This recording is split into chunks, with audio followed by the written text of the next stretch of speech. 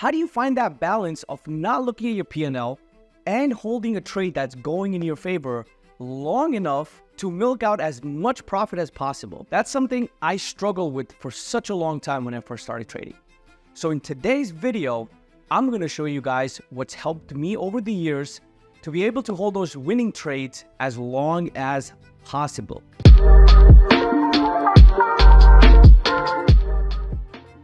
All right, guys, welcome back. My name is usmanashraff. I've been trading for almost 10 years, and today we're going to be breaking down a trade that I took on a stock called Apple last week. Now, the secret to holding your trade long, in my opinion, is scaling out, right?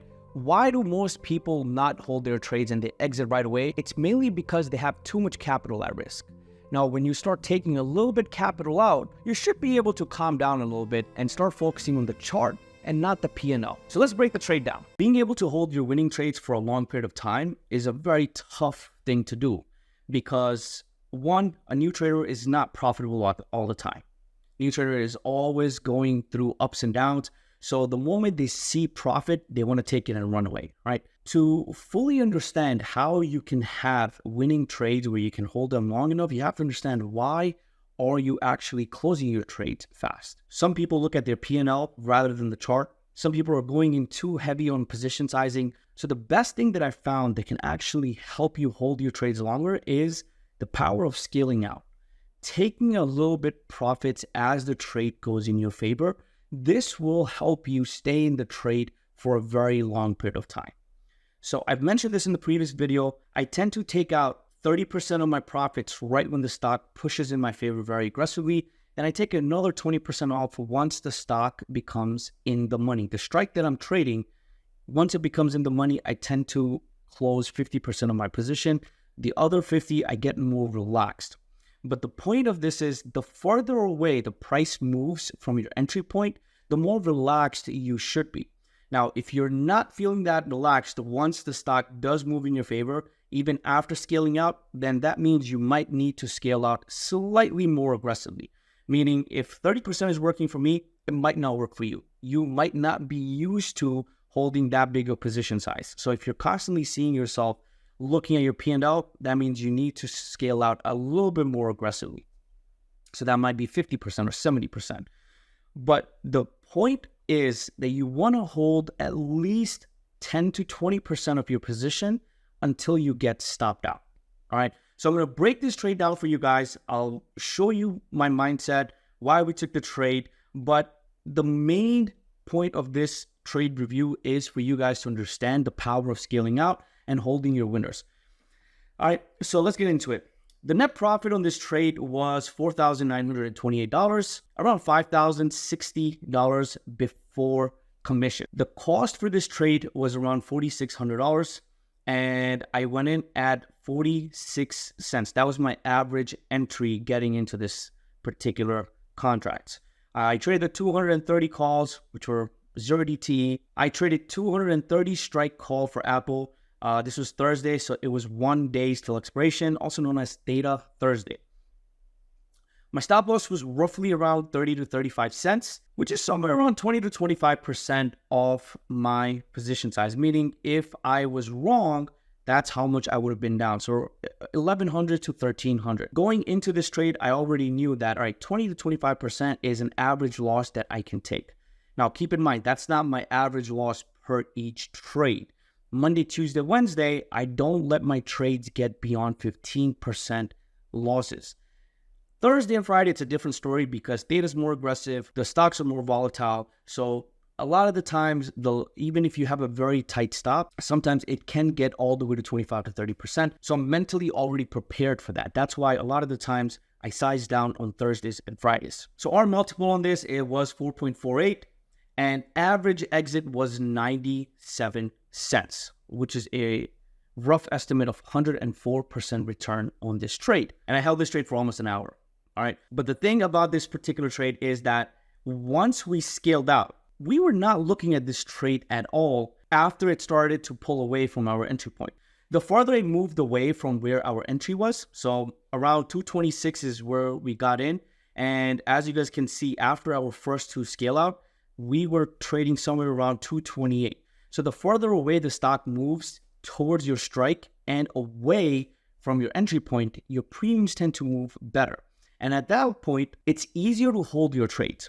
So we got in right at the open, roughly around 933.59, and we scaled out the first time at 65 cents and the second time around 71 cents. So we were out half of our position size already here.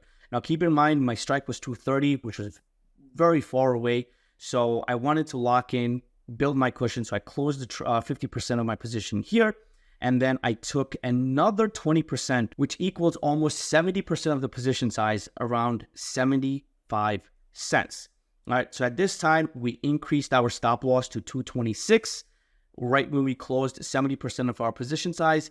And as the stock moved in our favor, right, at that point, you have nothing to worry about. Only thing you need to do is keep increasing your position size.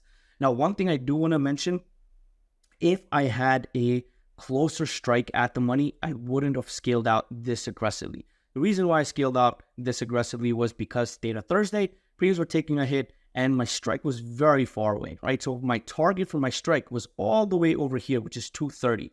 And we got in here at 226. That's a 4-point move for Apple. But once we got out here, right, this is where you want to pay attention to the power of scaling out, all right?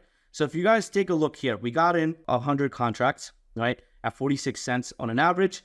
We scaled out at 65 cents. That gave us $570 in profits. We scaled out again at 71 cents, $500 profit again. This was a smaller scale out position. Then we scaled out again another 20%, which gave us around $580 in profit. Now, when you look at these profits, right, if I had my full position and I just kind of closed that trade away completely right here, I would have missed out on these huge returns. So we locked in our profit. So let's kind of go back to our position size. Our position size was 4,600 on this trade, right? So by the time we had scaled out, this is roughly $1,700 that we've already taken out of our 4,800, which means at this particular point, our risk was $3,000, roughly around $3,000 left in the market. So even if you're wrong, right, even if, let's just say, Apple had went completely against us and dipped, we would still be able to walk away profitable because we had a cushion of around $1,500 already pulled out, a little bit over $1,500. So next, all we did was increased our stop loss, set an alert, and whenever Apple would have dipped below our stop loss or around our stop loss, Thinkorswim would have given us an alert and we would have closed the trade. But as you guys can see, premiums kept pushing up. The stock kept going in our favor, kept going. So right around the break of 229, I saw that the volume was not picking up, right? So if you guys see here, volume was pretty consistent. Then we had a little dip in volume, a dip again, and then right around going into 229, that volume was actually decreasing rather than increasing. So that's something you want to pay attention to. When you have a winning trade, either the volume needs to be very consistent. So if it's 225, 100,000, for example, you want to make sure it's staying right around that. But if it dips below 20 to 30% from the previous candle or previous few candles, you want to start looking at closing those trades. So here we closed 10% of our position, right? So we went in with 100 contracts, so 10 contracts we closed here. From 46 cents, we closed them at $1.80, roughly around $1.80, 81 cents, right? Which netted us about $1,350. So if you guys see here, these three position size versus this one position, which was much, much smaller compared to all these three, netted us combined profit almost 90% of this, all because of holding winners, all right? And our last 20 contracts we closed when we started to see that, all right, it started to pull back and volume had already dropped. We got rejection of that 230. And at this point, it started to dip below 229.50, which was our stop once we closed above that level. And I didn't want to risk holding it any more longer because, again, data Thursday, it was not in the money. There was no reason for us to hold. Now, this would have been a completely different story if the stock was above 230 or the strike that we were in was a different strike, meaning if it was in the money. I'm not going to get too much into it right now, but we closed the trade finally at 10.40, around $1.50 on the remaining runners, which netted us more profit than our first 3 scale outs. So when you go back and review your trade, right, let's assume that you had closed your trade completely here. You would have left out all this profit on the table. But also, this shouldn't make you change your mind about scaling out. All right, you know what? I'm not going to scale out here anymore. What I'm going to do is just hold my position all the way till the next time I hit my stop. The reason why that's not going to work is because at this point, when we took a little bit profits off, we were not focused on our P&L. We were focused more on what's happening on the chart. So when you start focusing on that process, you'll be able to hold those trades much longer. I hope this trade recap was helpful. Let me know what other type of recaps you guys want me to do. I do want to make another video on position sizing and scaling out for you guys, but a lot of you guys have been messaging me about scaling out, holding winners long. So this was one of the trades that I actually didn't even risk a lot, but the return was just phenomenal.